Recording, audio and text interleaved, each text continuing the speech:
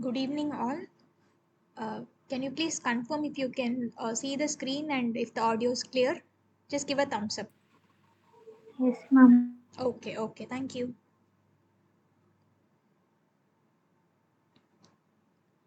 Okay, so welcome you all to the week 3 live practice session for the NPTEL course Environmental Biotechnology. I am Guru Priya, Prime Minister's Research Fellow in the Department of Civil Engineering, IIT Madras. So, based on the week 3 contents, we'll have today's session. So, like the previous two sessions, we will have a question and answer based discussion of the topics covered.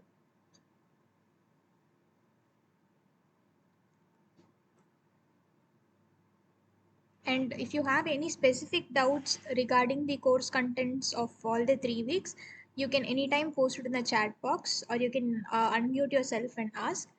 And I kindly request you all to post the answers for the questions that I'll be presenting in the next slides in the chat box so that all of us get an fair chance for responding. And for every question, I'll give some time to answer and then we'll discuss upon the answer. So, with that, the first question for today is kind of assertion and reason question. So the assertion says that the interaction between microbial ecology and environmental biotechnology leads to discoveries at the microorganism habitat interface. The reason is both the disciplines seek to understand highly complex systems with expanding research domains. We are starting with a very basic question. You can just type the option number in the chat box.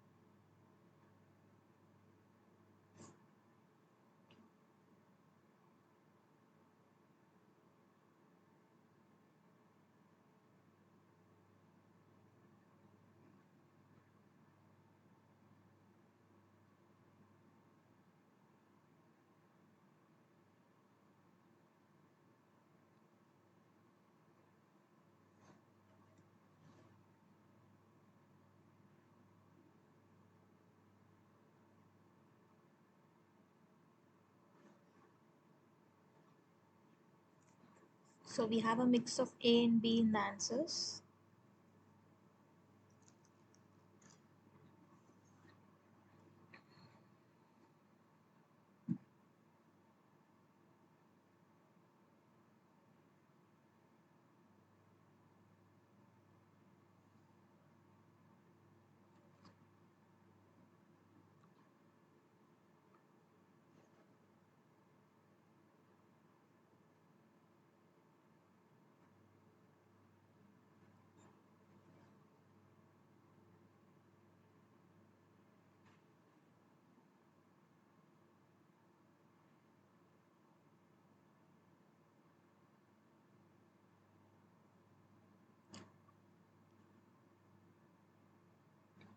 Okay, so far with the answers received, it is clear that both the statements are true.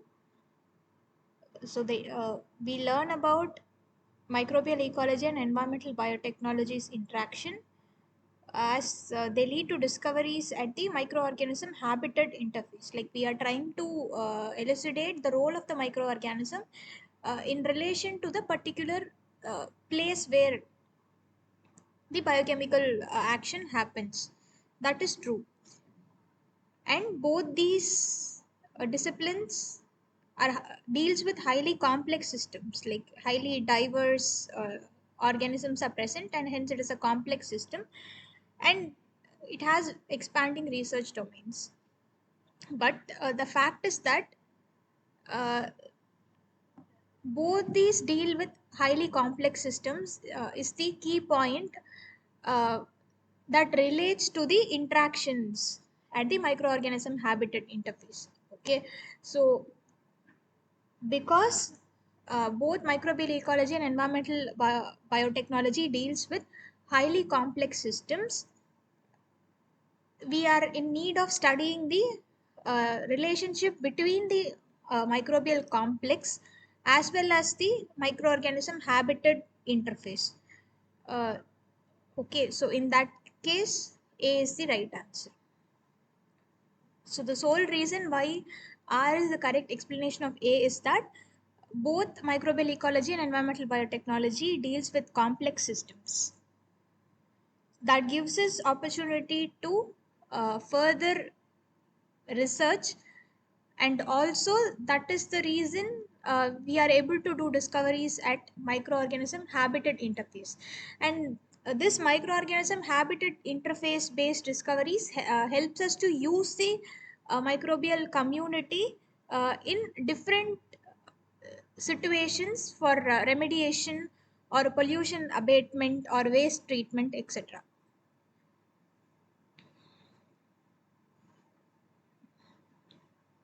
I hope people who answered B are clear now. If not, please let me know in the chat box. I'll come back and explain.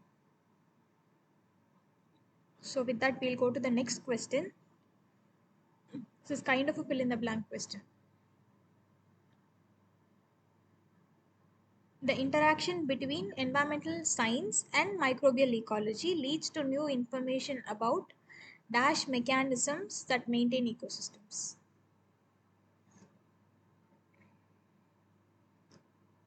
This question is just all the fill in the blanks question are just to test your understanding, like just to direct my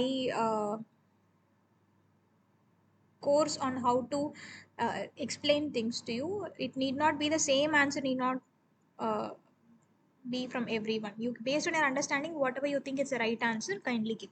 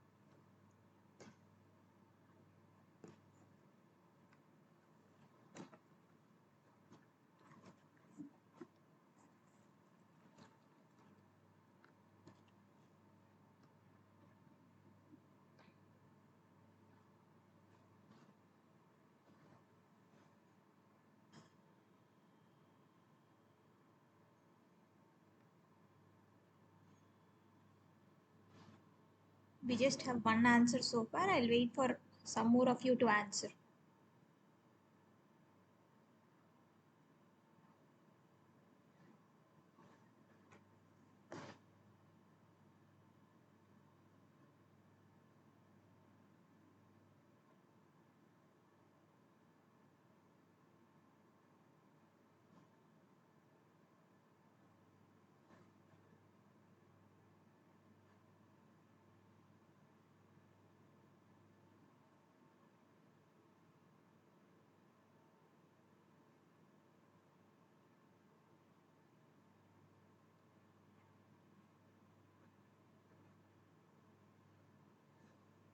So here, by the term environmental science, we mean the environmental condition present over there, the dynamics in the environmental condition and the dynamics in the microbial ecology. When we are studying both simultaneously, what kind of informations can we get from it?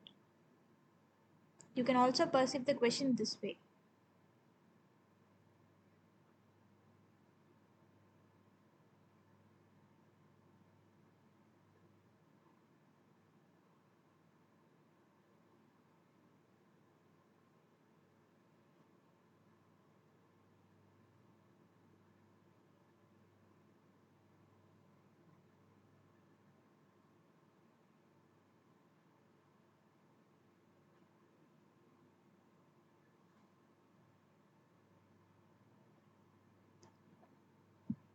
Is it the same with everyone?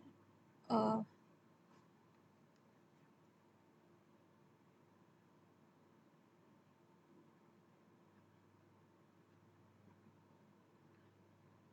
I mean, I am getting a comment that the voice is not audible and the screen is not visible. Is it the same with everyone?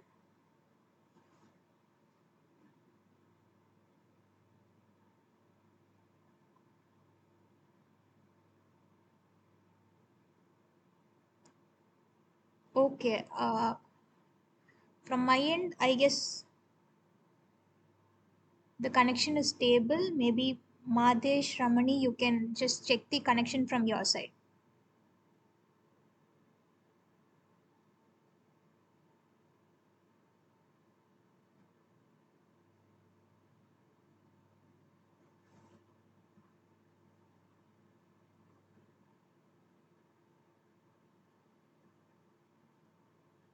Okay, we have two kinds of answers. One is uh, we get information about the environment processes and ecological mechanisms. The other one is the information about physical, chemical, and biological mechanisms.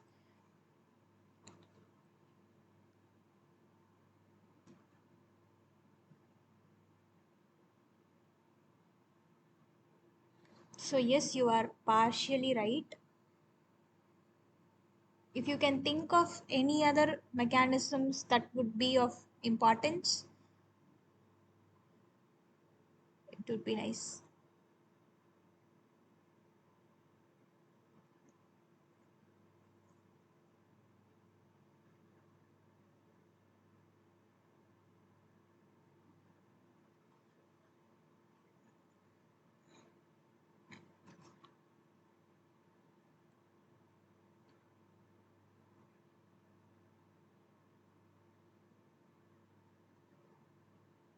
Okay, so I perceived the question in some way, and the answer was biochemical, genetic, and evolutionary mechanisms. So you were very close. You people answered on biological, chemical, and physical. Uh, More specifically, the genetic mechanisms, as in why some gene is expressed, why is it not. All those consist of the genetic mechanisms. Biochemical mechanisms, you all know, like how the substrate is consumed or what substrate is consumed and what kind of products are produced, and all the intermediate steps in the process deals with the biochemical mechanism and evolutionary mechanism. So over a period of time, how has the environment as well as the dynamics changed due to different factors?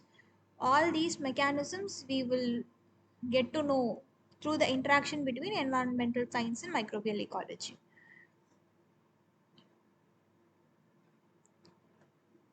So the next question is to identify the true statements from the following.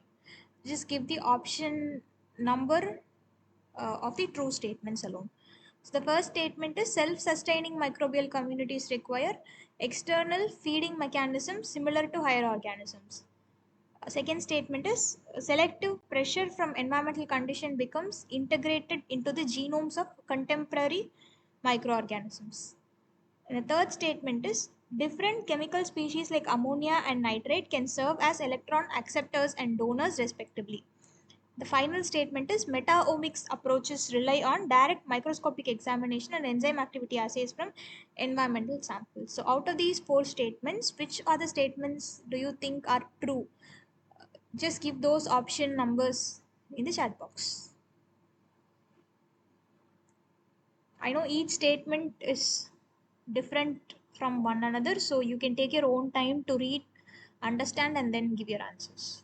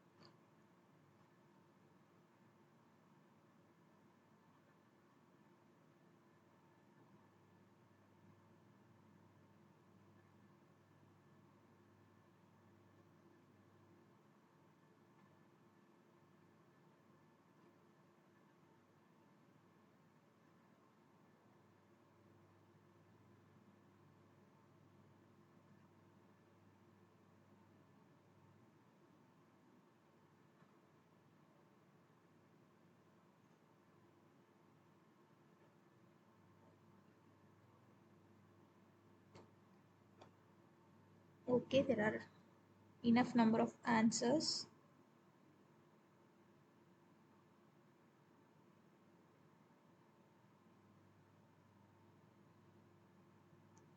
So all of you are convinced that A is false. Self-sustaining microbial communities do not require external feeding mechanisms similar to higher organisms because they thrive with the nutrients that are inherently available in the environment, and they harvest the nutrients and energy source, and they do not require external feeding mechanisms. So that is false. Selective pressure from environmental conditions becomes integrated into the genomes of contemporary microorganisms. Most of you have answered B as a true statement, and it is true. So, when there is selective pressure from the environmental condition, as such as high temperature or high acidic conditions or high pH conditions, uh, there is some genetic upregulation or downregulation that is happening, and it is integrated into the genomes of contemporary microorganisms. All the microorganisms that go through that selective pressure or stress, there is some changes in genome, and it happens in all the mostly all the microorganisms present in that species. So that is a true statement. And C, different chemical species like ammonia and nitrate can serve as electron acceptors and donors respectively. So if the respectively is not there in the answer, then we may consider that as a true statement. But it's just a shift between ammonia and nitrate in the statement. If the statement is different chemical species like nitrate and ammonia can serve as electron acceptor and donor respectively, then it is true. Ammonia is electron donor and nitrate is the electron acceptor. So, because of the formation of the sentence, the statement is false here. It does not convey the meaning correctly. And meta-omics approaches rely on direct microscopic examination and enzyme activity assays from environmental samples. No, meta-omics generally deals with extraction of the DNA, RNA, or proteins, etc. So we do not, it does not rely only on this microscopic examination and enzyme activity assays. So that is also false. So the true statement here is the B statement. Those who have answered only B, it is right. So in the next slide, I'll be having the answers where D will also be mentioned as a right answer. That was by mistake. When I'm uploading the slides, I'll correct that and then upload it properly. So here. So the next question is, the conceptual paradigm for studying microbial processes involves dash activity monitoring followed by uh, two methods. So these two methods are important. You need not give it as B or C. You can just write whatever methods that comes to your mind. Uh, but what activity will we essentially monitor, which is a part of the conceptual paradigm for studying microbial processes?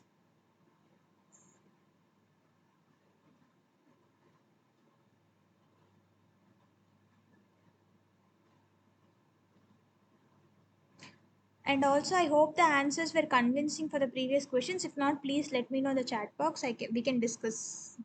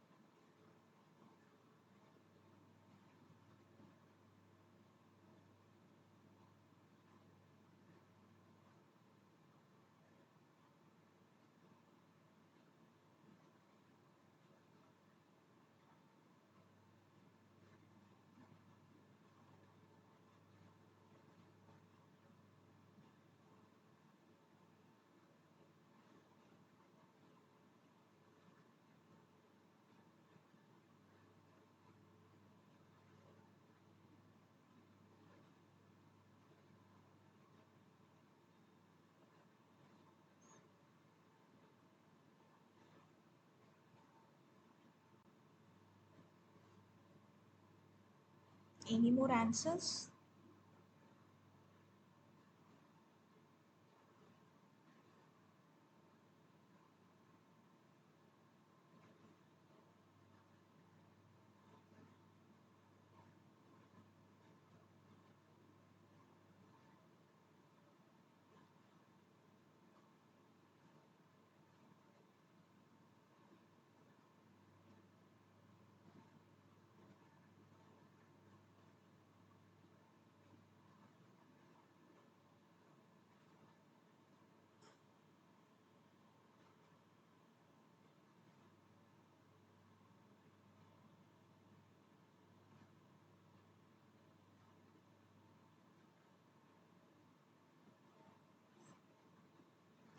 Okay. So mostly the answer is in situ or in situ microbial activity or metabolic activity. All these terms, it can also be put together in terms of biogeochemical activity. So in this paradigm, we need to know the biological, geological, as well as the chemical driven activity. So the interface of all these three things and how it affects the activity is what we term as biogeochemical activity of the microbes. So when you tell in situ or metabolic or microbial activity, it is governed by all the biogeo and chemical factors. Hence, this is more comprehensive term to address whatever you have told, and it can be followed by pure culture isolation. I think some of you have given that the same way. So pure culture isolation, when it is going to be pure culture isolation, we are going to do some uh, culturing in terms of liquid or solid format, in terms of broth or plate format, uh, or means apart from this culturing, whatever we will do is what that will include. So in that case, apart from culturing, we'll go for cultivation independent microbial ecology studies. So we'll be monitoring the biogeochemical activity of microorganisms. So when we talk about when we include the term geo in that, we are also talking about the role of um, the microbes in its inherent habitat, which is in situ. And we'll be doing it by either pure culture isolation, isolating one single organism and then studying the activity, or in case of complex systems, we also go for cultivation independent microbial ecology study. And this was a very good try from all of you. All of your answers were nearly close, and most of it was right. So next, a simple question. What does the term metagenome specifically refer to?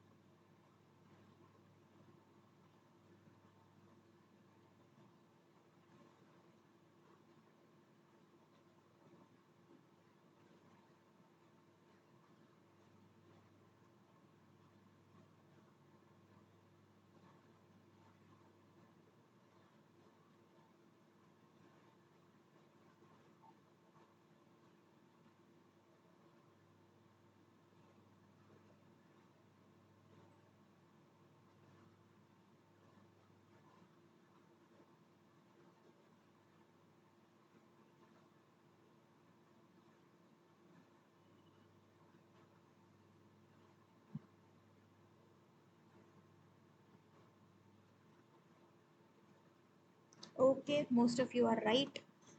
So metagenome refers to the collective genomes of all microorganisms in an ecosystem.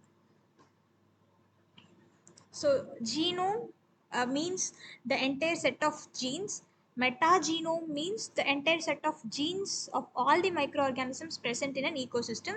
And in the same way, proteome or transcriptome also go by the same order.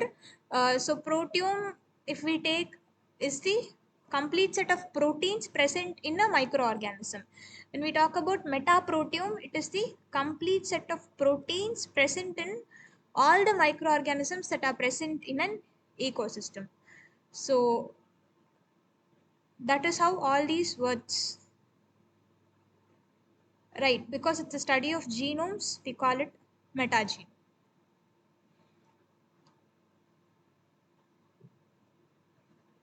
Okay. The next question is regarding the preference of cultivation independent methods. So, what could be the reason for the preference given to cultivation independent methods?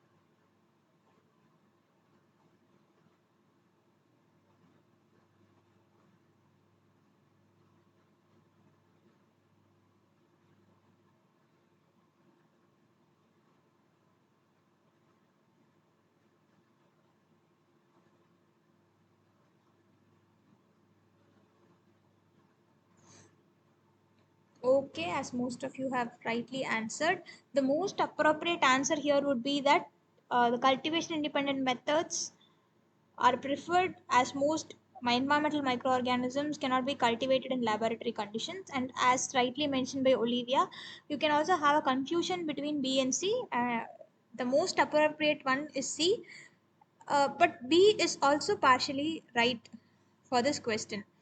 Uh, A and D are completely wrong because it is neither less expensive nor it requires less sophisticated equipments. Both are not the case. Whereas in the trade off between B and C, C is seemingly the most crucial reason to prefer cultivation independent methods. So when we talk about B, there can be a debate on why to go for a faster method.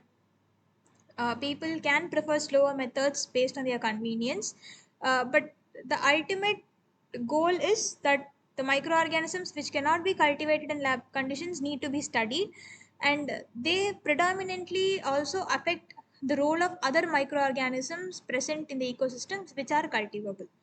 Okay, so in that case, C is the most appropriate answer.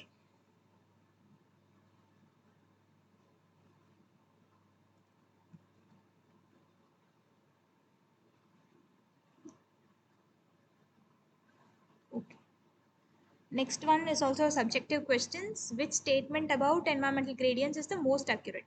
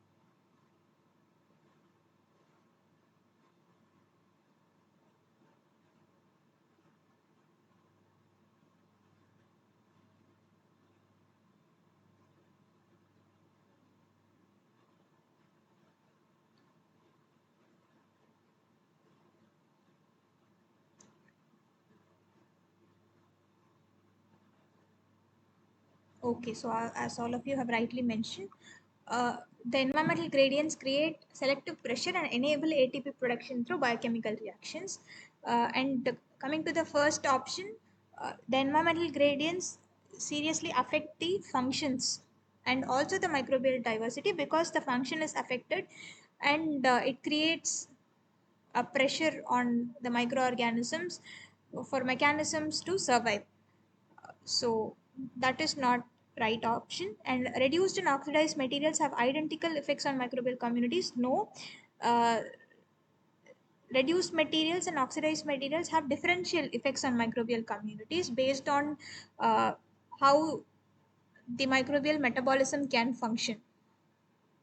And these environmental gradients are important in all environments, like not only in aquatic, in soil, or in air environment. Everywhere it is important. So that is also not right. So now a small discussion about different topics that were discussed in one of the modules. So first of all, coming to the discussion about open systems. So in environmental microbial communities, open system is something that continuously interact with each other and their surroundings.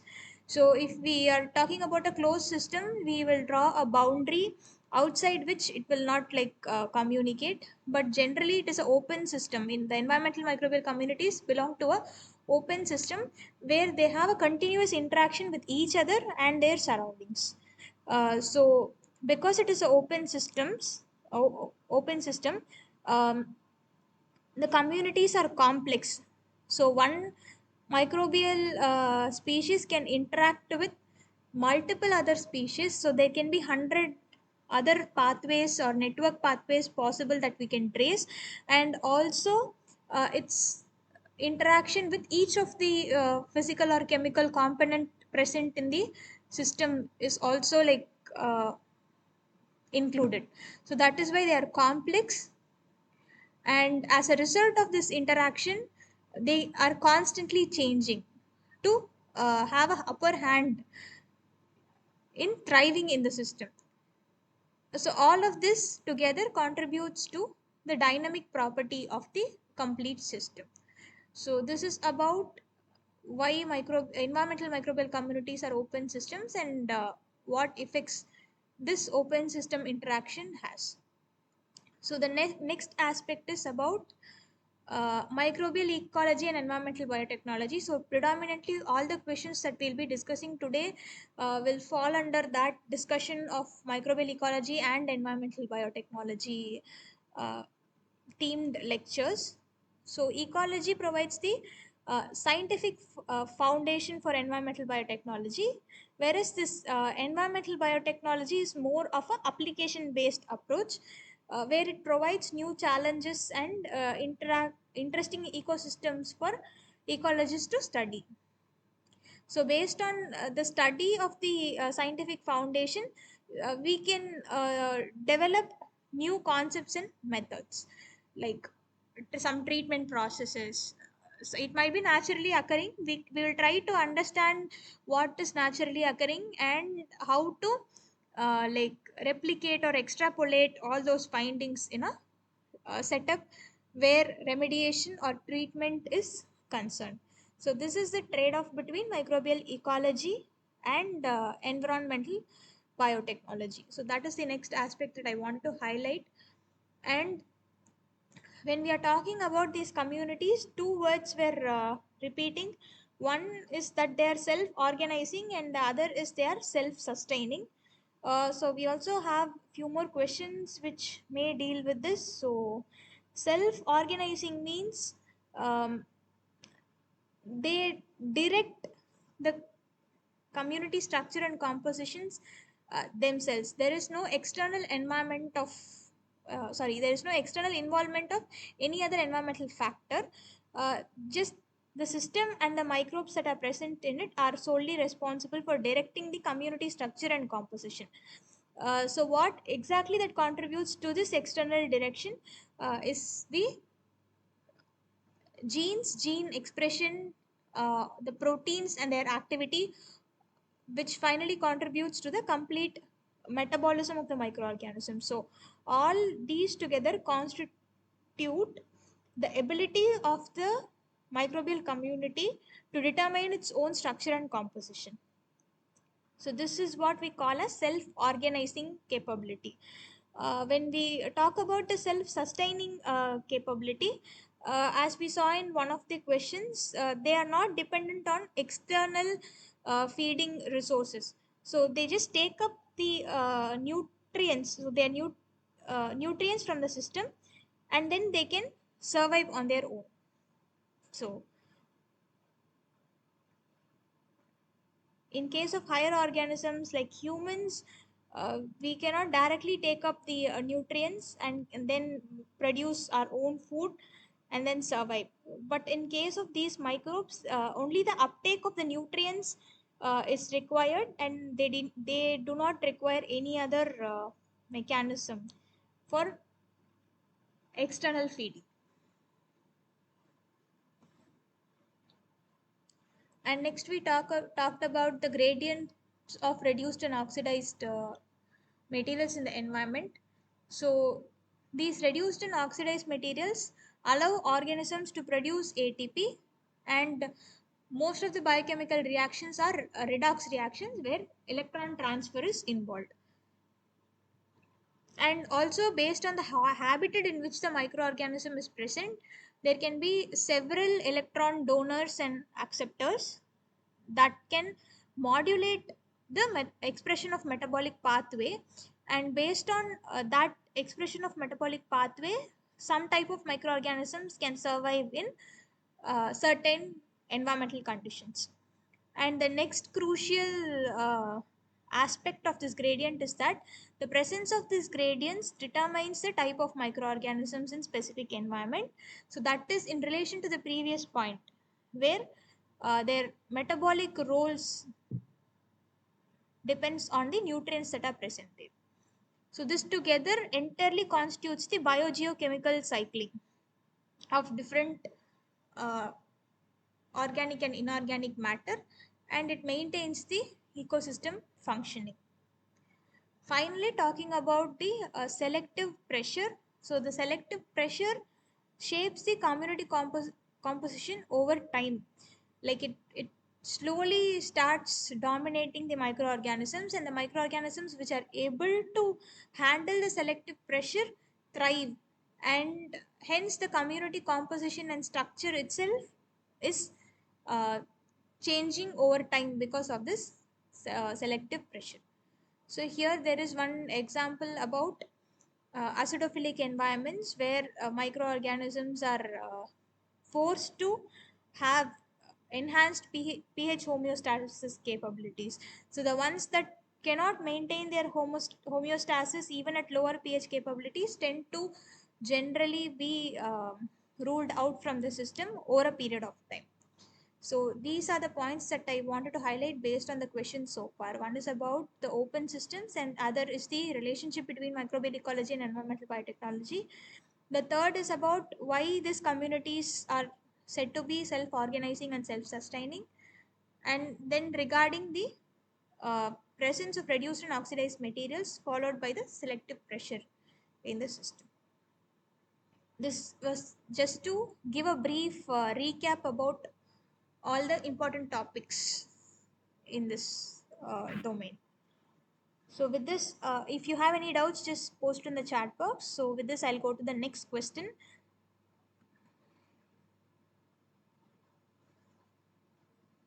Again, assertion and reason question. So the assertion is high community resilience guarantees high community stability. Uh, and the reason is resilience describes the magnitude of functional change following a disturbance, whereas stability denotes the ability to maintain structure over time.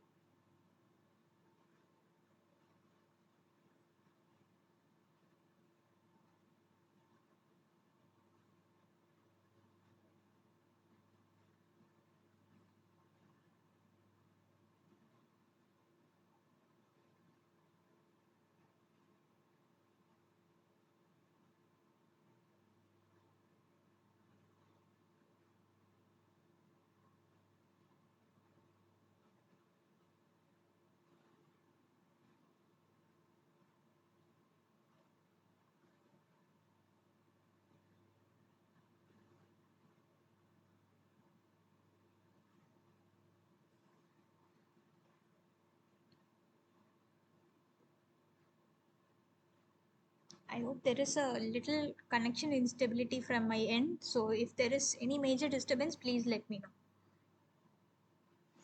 I tried reconnecting now and I hope uh, both the audio and the screen is fine. So coming to this question, we have different answers A, C, D predominantly. So coming to the reason is right actually. So resilience is the ability of the microbial community to bounce back from any disturbance, like how much it can come back after a functional change following any disturbance. And also stability denotes the ability to maintain the structure over time. But high community resilience, does it guarantee high community stability? The answer is no, because though some um, communities are resilient, it necessarily need not be stable. Uh, so, if there is any disturbance, it depends on the magnitude and the frequency of the disturbance, uh, determines how much of damage is happening to the microbial community. So, when it is resilient, yeah, it can bounce back. Uh, but if the frequency of the disturbance is very high or the magnitude is so high, even the resilience tapers off. So in that case, high community resilience does not necessarily guarantee high community stability, whereas on a lighter note, they both can be interrelated. But it's not like very directly proportional, and the resilience guarantees stability is false. So that is why A is false and R is true. So I'm repeating the reason. The reason is that high community resilience may contribute to stability, but it does resilience does not guarantee stability. So the assertion states that the resilience guarantees stability. So that is why A is false. And coming to the definition of resilience and stability, the reason is perfectly right.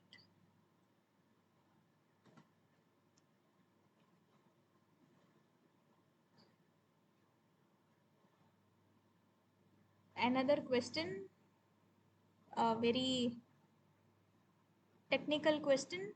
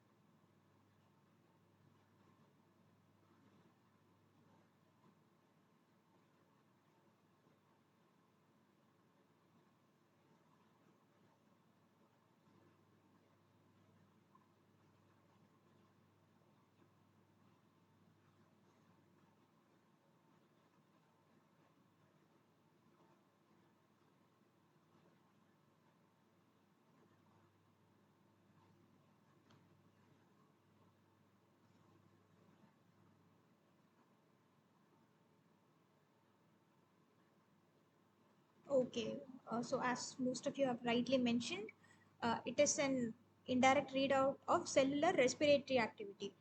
So first of all, talking about phenotypic microarray. Phenotypic microarray is one of the techniques that is used for analyzing the metabolic and chemical sensitivity of microbial cells. Like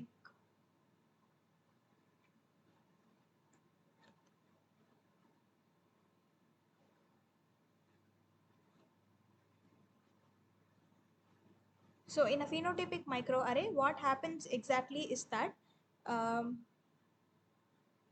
cellular respiration is taken as a key indicator of phenotypic activity. Why? Because during cellular respiration, the metabolic processes involves electron transfer. So that is when we can produce ATP. So respiration is primarily based on this electron transfer and ATP generation. So that is why if there is metabolic process actively happening, we call it cellular respiration, and there is involvement of ATP generation and electron transfer. So when there is electron transfer, the tetrazolium dyes, which are usually redox sensitive, they can either be in a oxidized or reduced form. So based on the form in which these dyes are present, there is uh, color generation. So usually in oxidized, they are colorless or pale yellow, and they undergo irreversible color change upon reduction. So that is almost like a purple color. So from with this color change, we can confirm that there is electron transport happening as a result of respiratory activity, and the respiratory activity in turn corresponds to the metabolic activity of the cell. So phenotypic microarray we typically use to estimate the metabolic functionality of the microbial cells. So this is a whole relation between phenotypic microarray, tetrasolium dye, and the respiratory activity of microorganisms. I hope that is clear, and with that, we'll go to the next question. I think this question I'll get the answers quickly.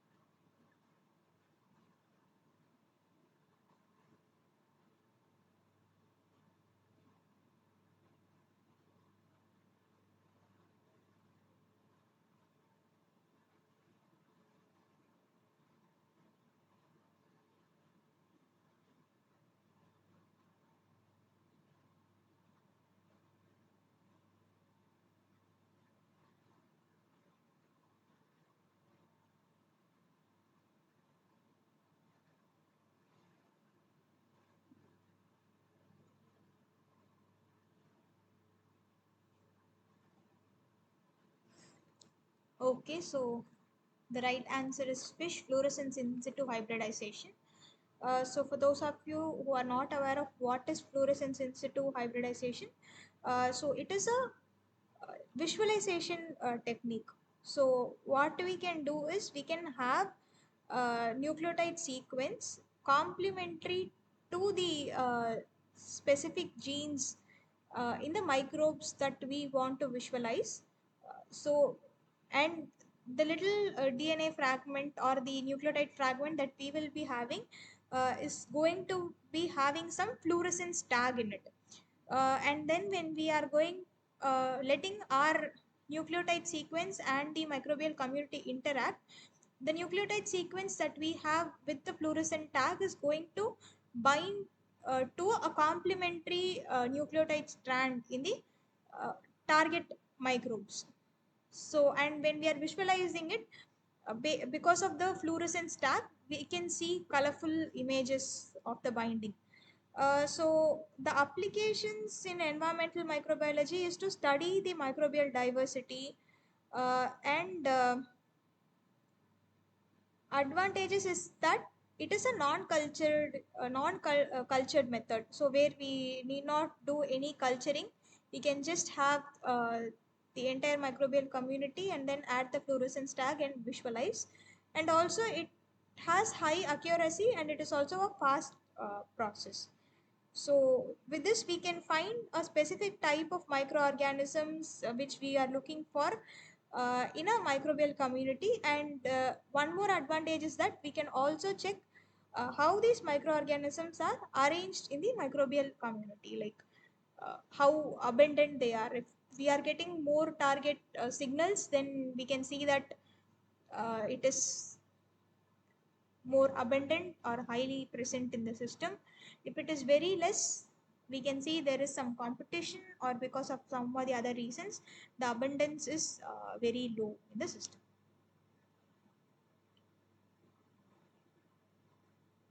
And also, this does not require any cell processing of the microbes.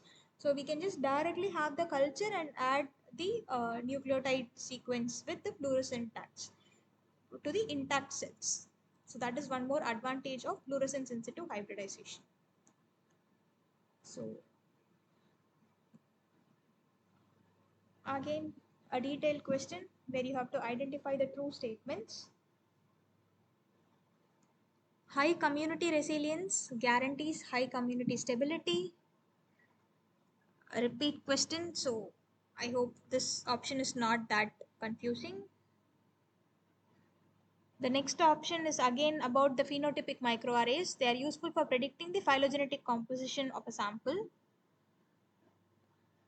Conserved and variable regions in the ribosomal RNA genes together allow discrimination from phylum to strain level.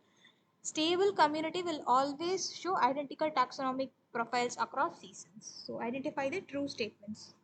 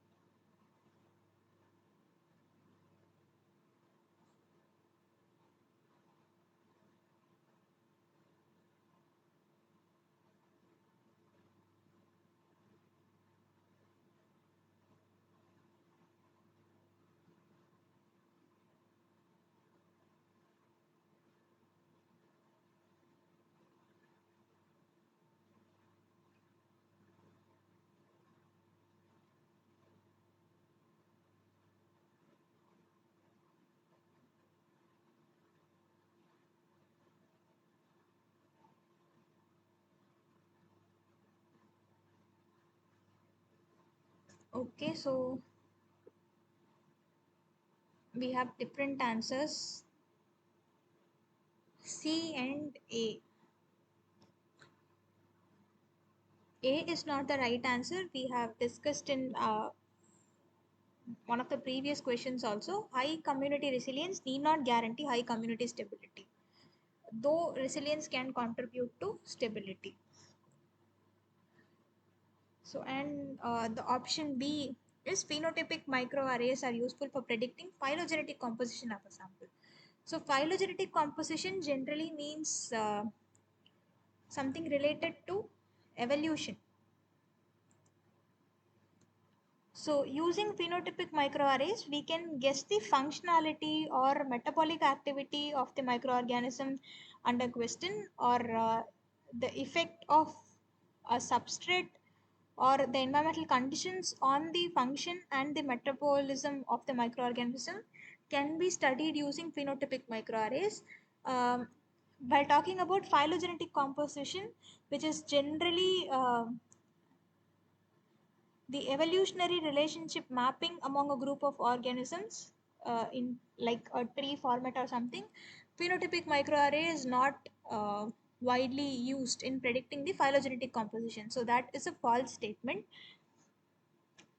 Conserved and variable regions in rRNA together allow discrimination from phylum to strain level. Yes, so if the conserved regions are same, it uh, denotes a particular group of microorganisms. So, based on the similarity in the variable regions and the variations in the variable regions, we can group microorganisms and discriminate them from phylum to strain in whatever taxonomic order we want. So, in the case of D option, none of you had told that a stable microbial community is something that expresses similar kind of structure over time. So it maintains a similar structure over time, and then we call it as a stable community. So across seasons, when the environmental conditions are varying, the taxonomic profile is going to be same in stable communities, right? So, what is a taxonomic profile? A taxonomic profile is the kind of a description of microbial community. So, it tells about the type of microorganism present as well as the abundance of the microorganisms present. So, when a community is very stable, neither the type nor the abundance is going to vary with respect to the variations in the environmental conditions due to the seasonal changes.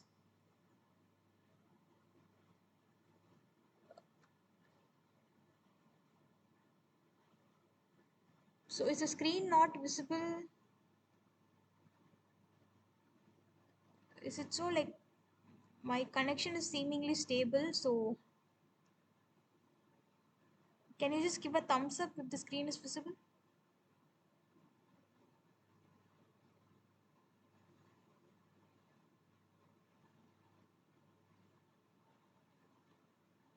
Is the screen not visible to any of you? Like, I am just presenting the Google Meet screen now. Is it visible? Okay, I guess Varsha, there is some issue with your network. Kindly check.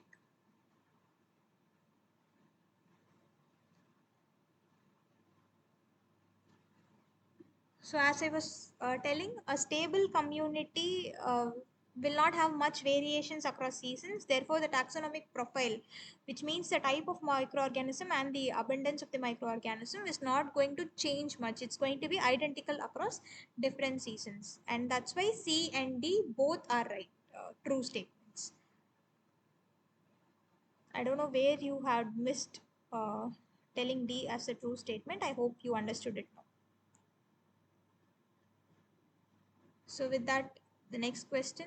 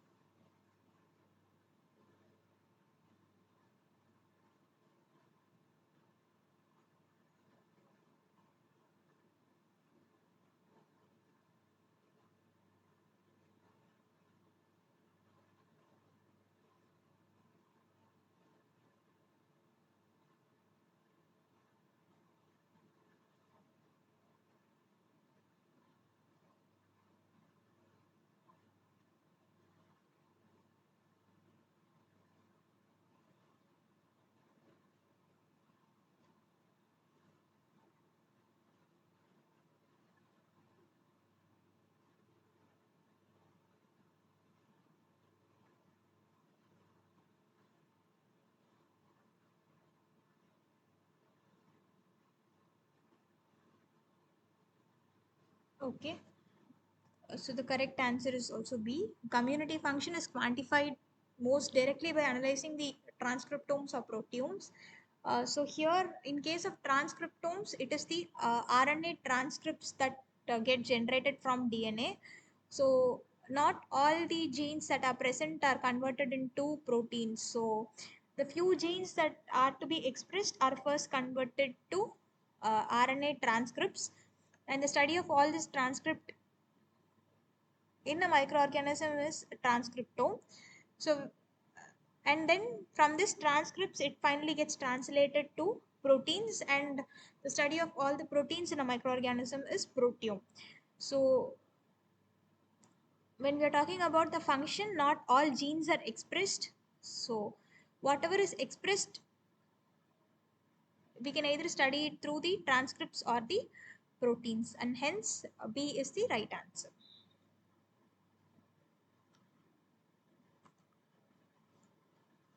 Another question, a microbial community displaying high stability but low resilience would do which of the following?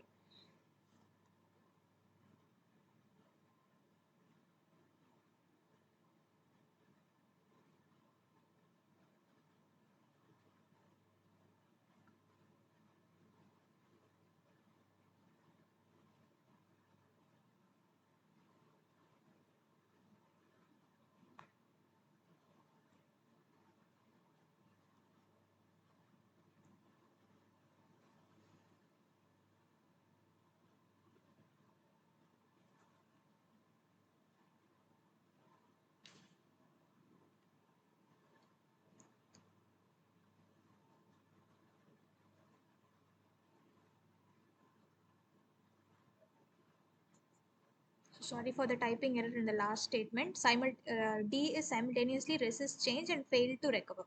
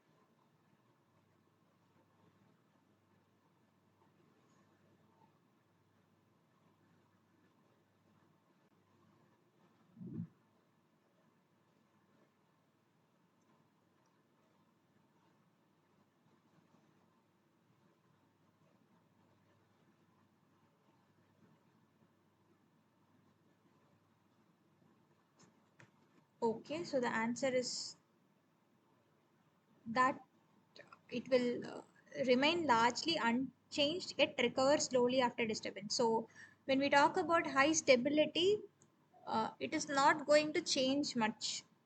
So it's going to be highly stable. Resilience is the capacity to bounce back from any changes caused due to disturbances. So if the resilience is low, the rate of recovery is going to be very slow. And when the stability is high, it is going to remain largely unchanged.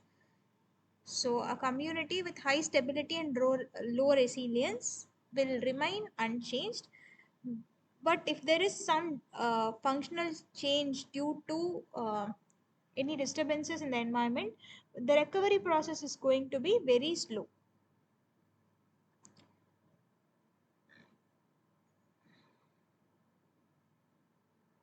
So in option A and B, it is said that the recovery is quick or it is going to re-establish rapidly. In case of low resilience, nothing is going to happen. um, In case of D, it is not completely failing to recover. It has low resilience, so it will take more time to recover. The process is going to be slow, but it is going to happen. If there is failure in recovery, then it means that there is no resilience.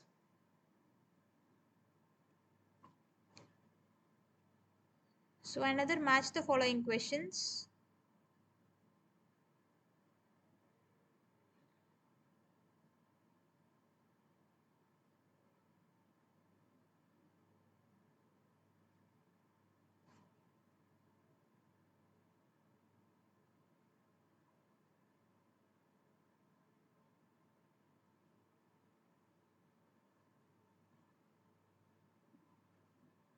So when we talk about an microbial community or the study of microbial ecology, which of match the functions with the purpose.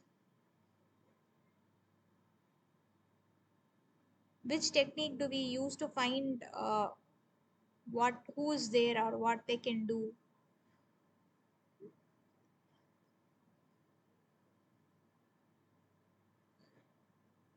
Just give, if A is 1, A1, B2.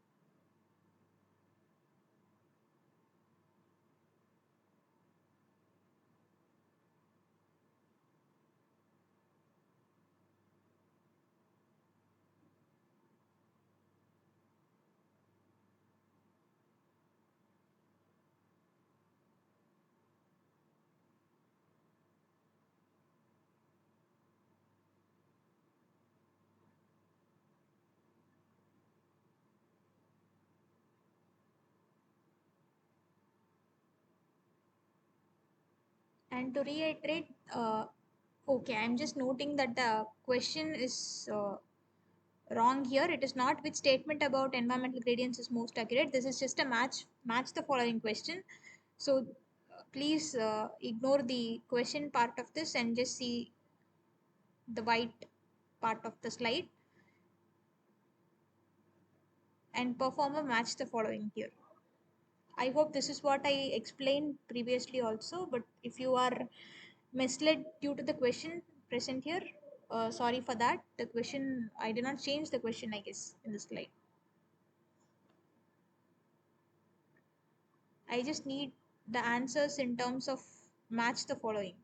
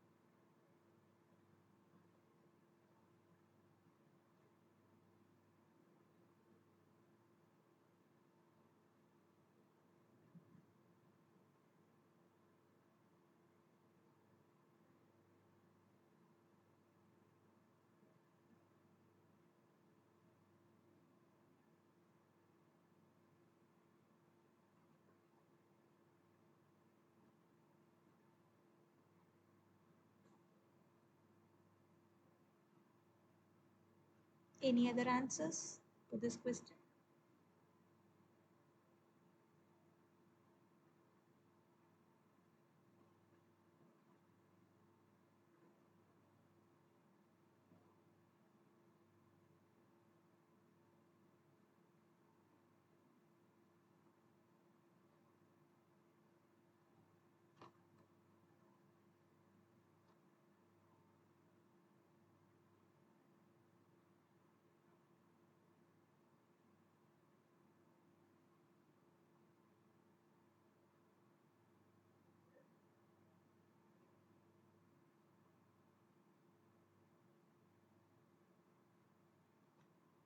Okay. So yes, as you have mentioned, uh, to find what microorganisms are present, we use the 16S rRNA amplicon sequencing. So we identify the genes and try to identify what microorganisms are present there.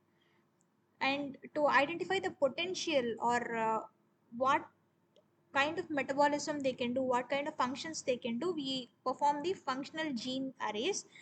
But that is the whole potential that they're capable of doing. In order to rightly find what exactly they are doing, we need to go for the meta transcriptomics analysis, because as I told you, though there are multiple genes present, only few get transcribed and then translated, finally giving functional proteins. So in order to identify what they are actually doing, we need to go for meta transcriptomic analysis, and finally in order to find the organization, we go for network analysis.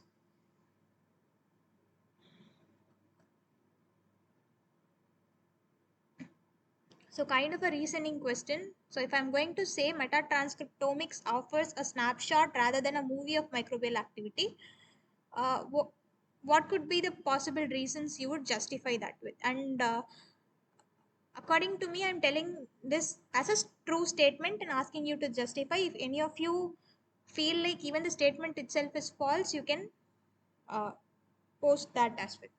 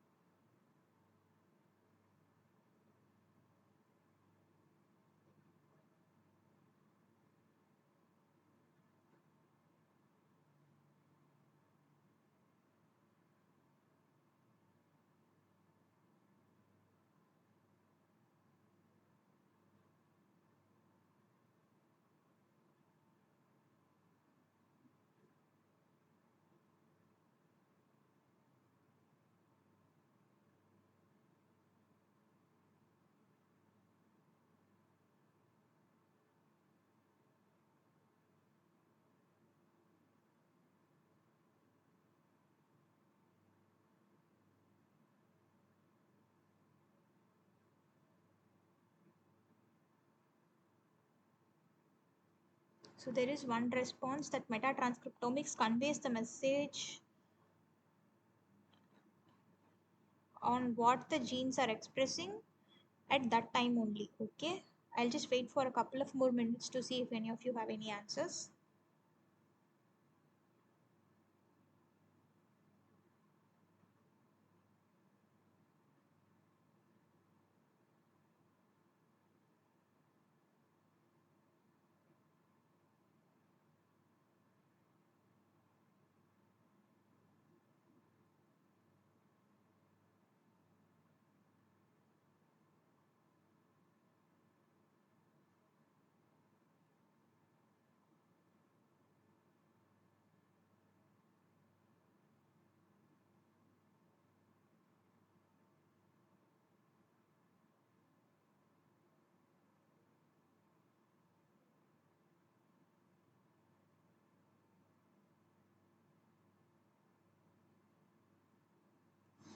Okay, transcripts keep changing due to environmental factors or pressure.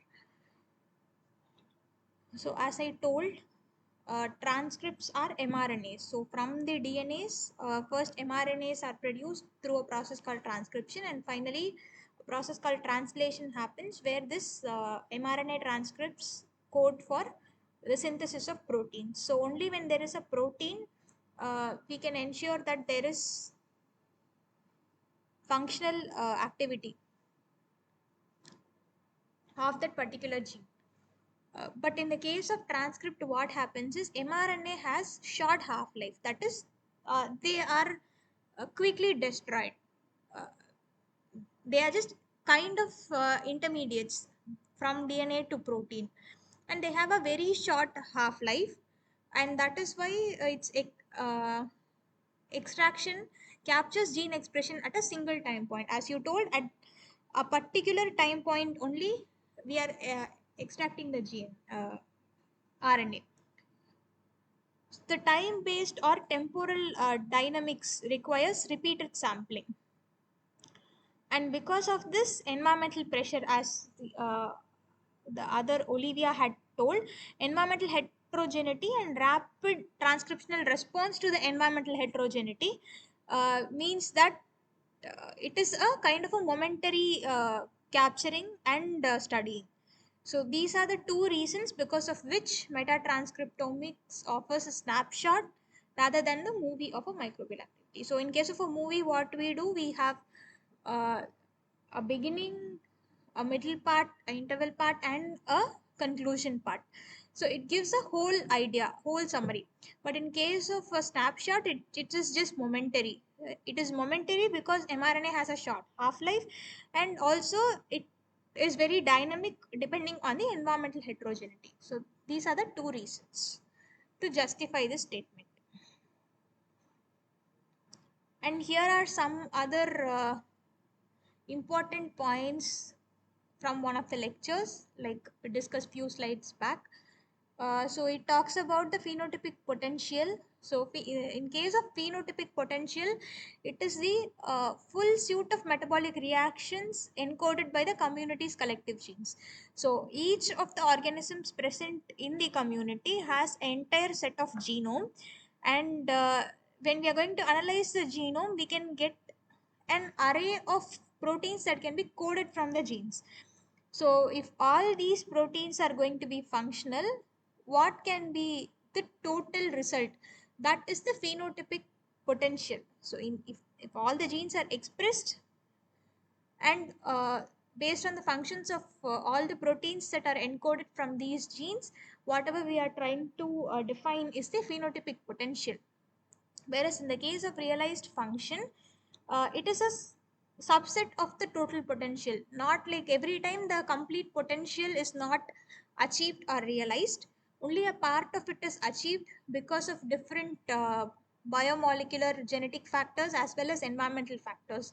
So based on the environmental conditions, some genes are upregulated, some genes are downregulated, their expression is masked. All of this happens. So that is why a realized function is a subset of the phenotypic potential.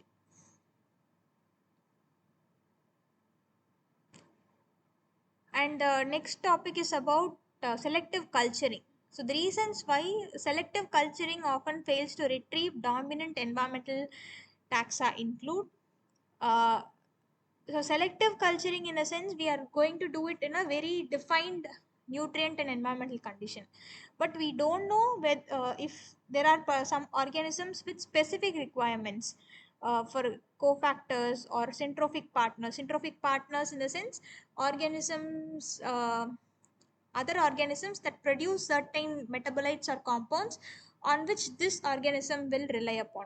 So they are centrophic partners, or cofactors include metals or other micronutrients, and signaling molecules. Like the signaling molecules produced by one organism triggers the gene expression in other microorganism in the community.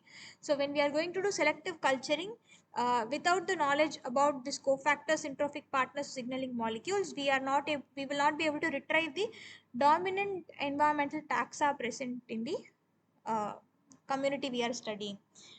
And the second reason is that in situ conditions, like the nutrients, oxygen conditions, and the pressure, they are hard to replicate. The complexity is very hard to replicate. So that is why we will not be able to retrieve the dominant taxa that are present in the conditions. And the next part is about the co-occurrence networks. So generally co-occurrence networks reveal the uh, interactions between microorganisms. So they can either be about syntrophy or cross feeding.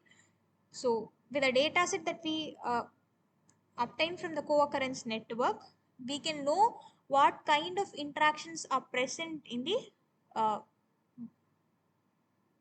microbial community. And also seeing the network, we can find out which is the keystone taxa.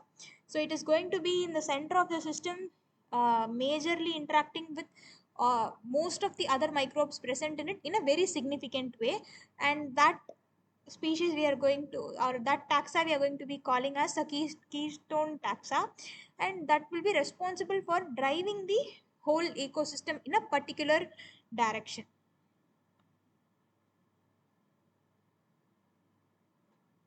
And I think we have discussed about the phenotypic microarrays previously.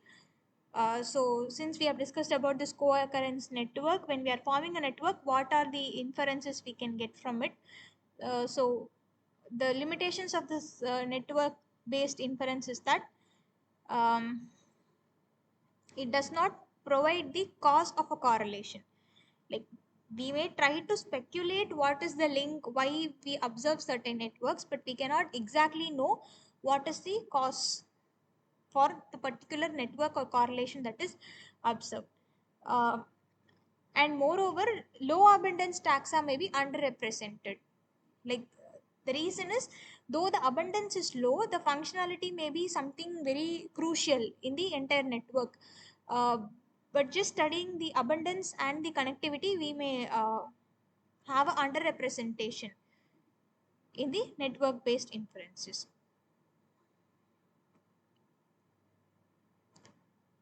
So that was a small recap of different questions that we discussed previously.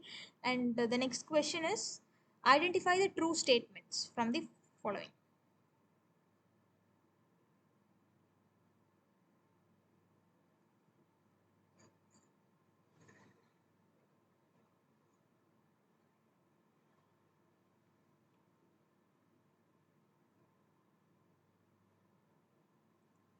So from here on, we'll mostly focus on all the processes.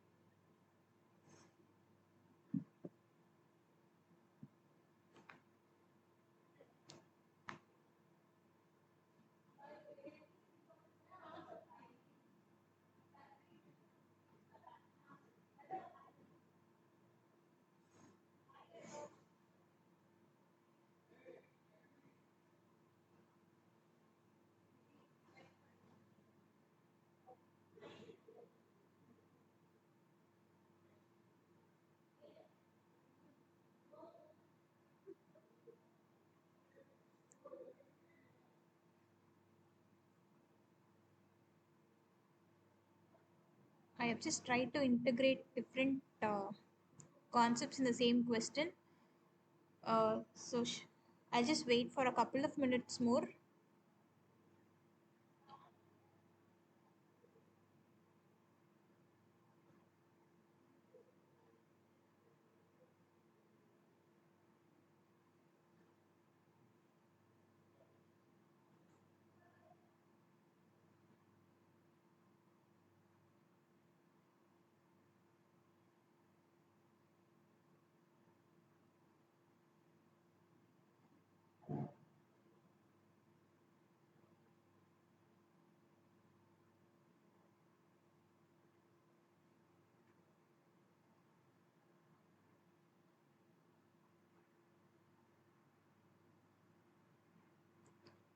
So yes, all of the statements are right.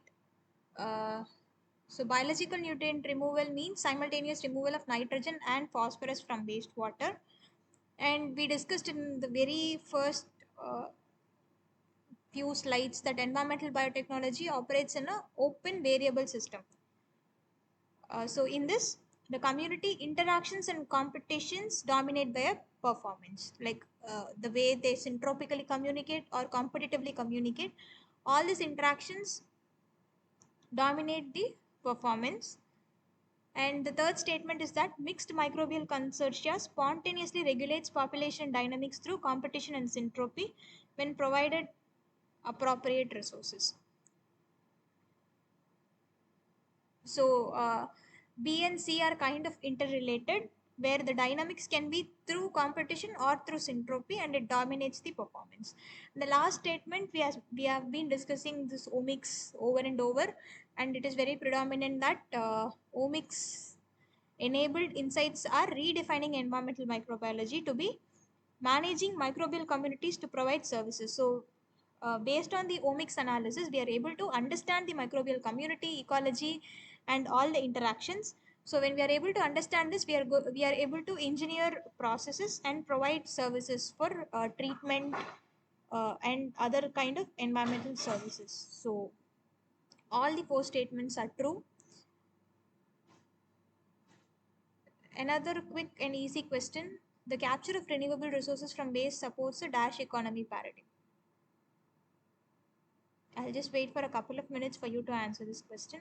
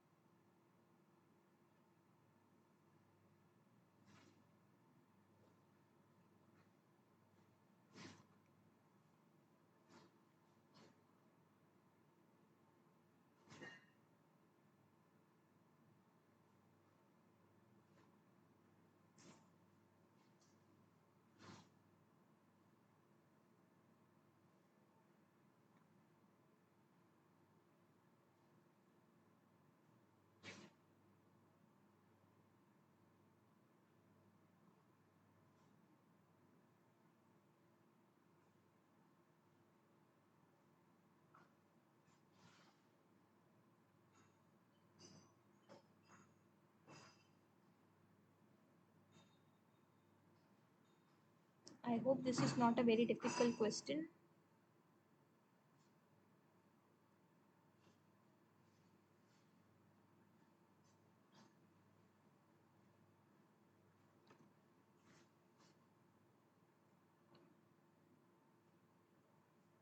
Uh, right, waste to wealth approach. Um, what exactly fits in this answer based on your answer? How do we call a waste to wealth approach? Right. So the capture of renewable resources from waste supports a circular economy paradigm.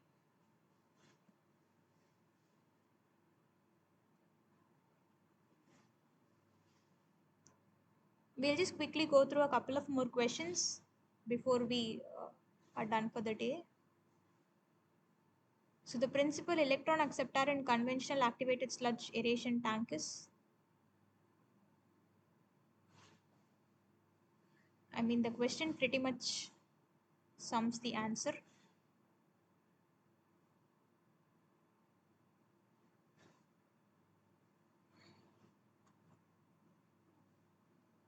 We are talking about a aeration tank. So what could be the uh, principal electron acceptor?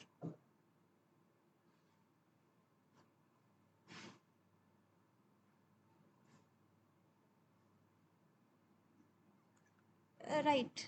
So it's oxygen. Hmm. Right.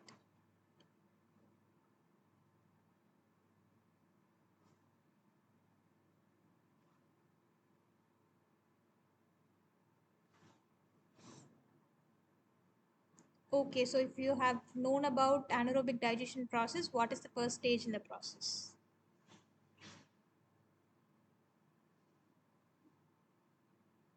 I think in one of the previous weeks also I had told about the stages in anaerobic digestion.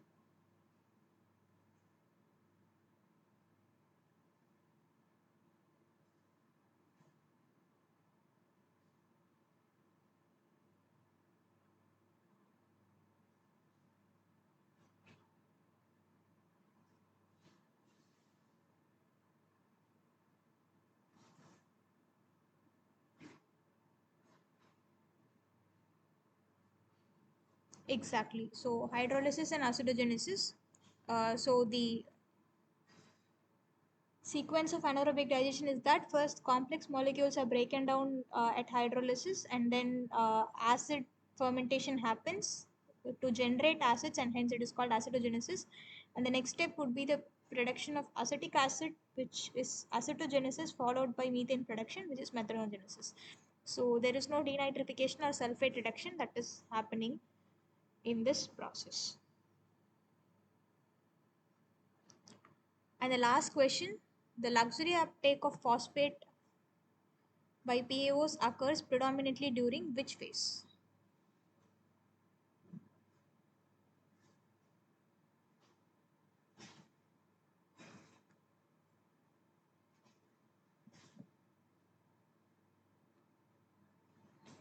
So this will be the last question for today.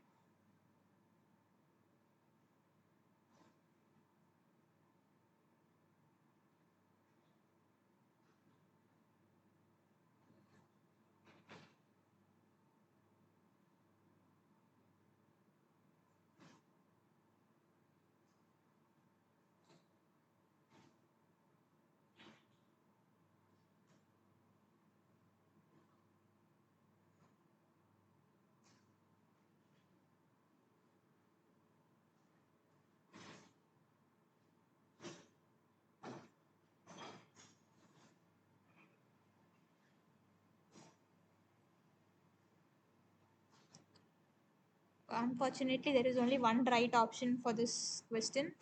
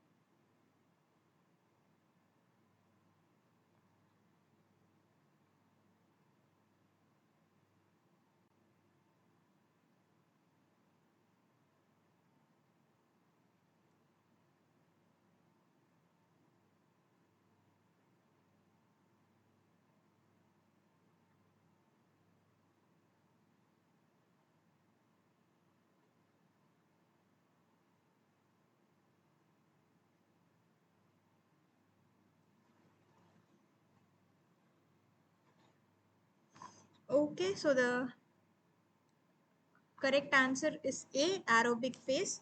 So in the following slide, I have given the explanation about the anaerobic zone, anoxic zone, as well as the aerobic zone, the in the activated sludge treatment process. What exactly happens in each step, where nitrogen is removed, where phosphorus is removed, and where organic matter is removed. All of it is discussed in this. So I'll also upload the slides latest by tomorrow, and the video, so that you can go through these slides. And if you still have any doubts with this process, please let me know in the starting of next week so that I can start with the explanation of this slide. So considering the time, I'm just closing it now. I can explain the same thing in the starting of next class. Or if you want me to explain it now, please stay back and let me know in the chat box. And if you have any other doubts regarding to the total course content that was discussed in all these 3 weeks in the lectures as well as in the live session, please let me know in the chat box or unmute yourself and ask the question. So with that, I thank all of you for joining for today's session, staying till the end, and for your really great active participation, because my sessions are mostly dependent on the answers that you give. The more you interact, the more good the session that I'm planning goes. So thank you all for joining the session and participating actively. I hope the sessions are informative and useful for you. If you have any suggestions on any particular changes in the session, in the style of the session, you can please let me know in the chat box. Otherwise, thank you all for joining. And if you do not have any comments, suggestions, or questions, uh, you can feel free to leave the session. Thank you all.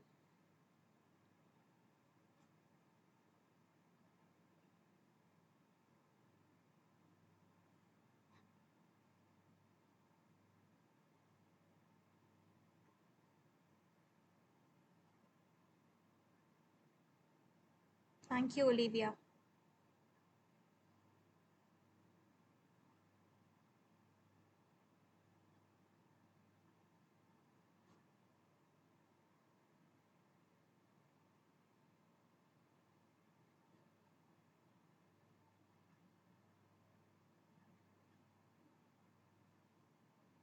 Ashwini and Ramya, do you have any specific questions or comments?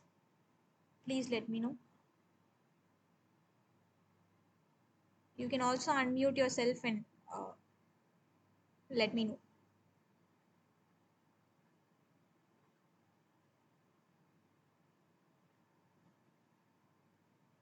Thank you, Ashwini. Thank you for your active participation also. So, if there are no further doubts, can I close the meeting?